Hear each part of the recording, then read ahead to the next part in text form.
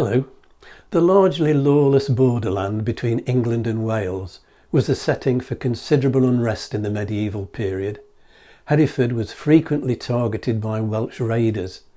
The city was ravaged and its 200-year-old cathedral, built by a Mercian nobleman called Milfred, destroyed in October 1055, when defending forces led by Rafe, Earl of Hereford, were routed by the Welsh king Griffith ap Llywelyn and his ally Alfgar, the outlawed Earl of Mercia.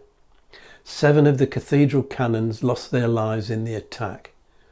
When Robert of Lotharingia succeeded Bishop Walter at Hereford in 1079, there was still no cathedral, and with resources concentrated on defending against the continuing Welsh threat, he had to make do with a more modest bishop's chapel.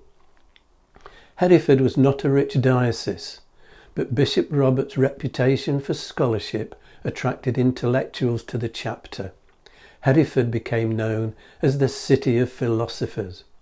One of the results was a magnificent chained library, the largest surviving chained library in the world, containing some 1,500 books, dating from the Hereford Gospels of around 780 to the early 19th century, and including 227 medieval manuscript books.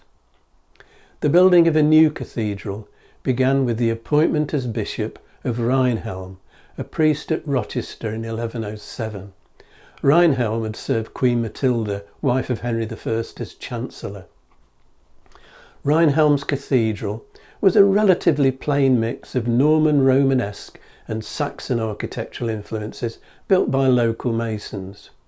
Substantial remains of this building can be seen in the nave arcades and in the lower part of the choir, the arches of the crossing and the south transept. The east end was remodelled around 1200 with the addition of northeast and southeast transepts and a lady chapel unusually furnished with a crypt. A north transept, out of keeping with the more utilitarian appearance of the rest of the building, was added in the mid-13th century by Bishop Peter of Aigues-Blanches in the county of Savoy in the Western Alps.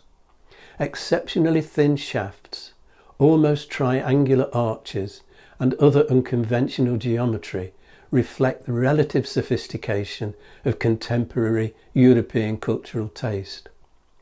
A cult that flourished around Bishop Thomas Cantilupe after his death in 1282, followed by canonisation in 1320, attracted large numbers of pilgrims.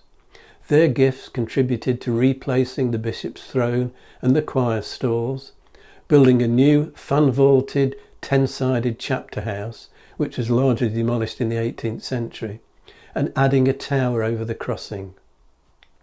Among the 38 miracles presented to the Vatican in support of Thomas Cantilupe's canonisation, he was claimed to have resurrected William Craig, a Welsh warrior hung by Edward I near Swansea, who appeared in the flesh to give evidence to the papal commission considering Cantilupe's claim.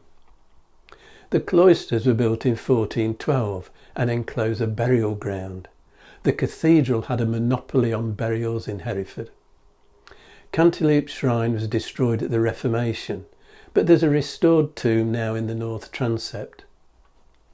A series of chantry chapels were added in the late medieval period, including a tiny but exquisitely fan-vaulted chapel for Bishop John Stanbury, and a polygonal 2-storey chantry chapel for Bishop Edmund Audley.